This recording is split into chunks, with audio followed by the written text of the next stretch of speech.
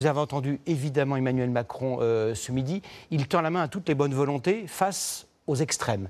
Est-ce que vous acceptez cette main tendue? D'abord, une observation, je vois que Emmanuel Macron n'a sans doute pas décodé ce qui s'est passé dimanche, c'est-à-dire un formidable désaveu de sa politique.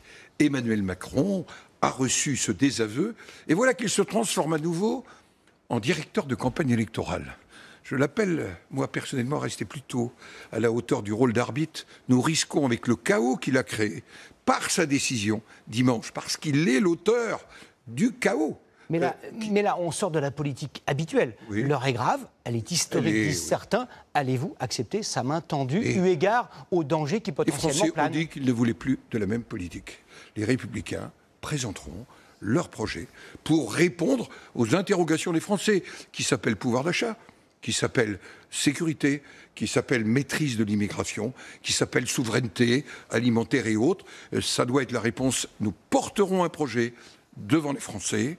Ce projet sera le nôtre. De toute façon, un accord électoral doit être toujours précédé d'un accord politique. Je rappelle que depuis 2022, Emmanuel Macron a eu bien des fois l'occasion éventuellement de tendre la main, il ne l'a jamais fait. Mais là, il vous fait une faveur. Il se dit prêt à ne pas présenter de candidat contre vos candidats. Écoutez, ce n'est pas les arrangements politiques.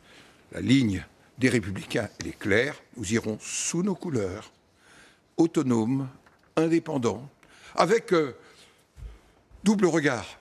L'accord honteux entre LFI, le Parti socialiste et les Verts, pardonnez-moi, quand on pense ce qui s'est passé pendant la campagne européenne, la manière dont M. Glucksmann a été piétiné, et puis l'autre accord honteux, qui aurait été l'accord proposé par M. Ciotti, il n'aura pas lieu. Les LR auront une position claire.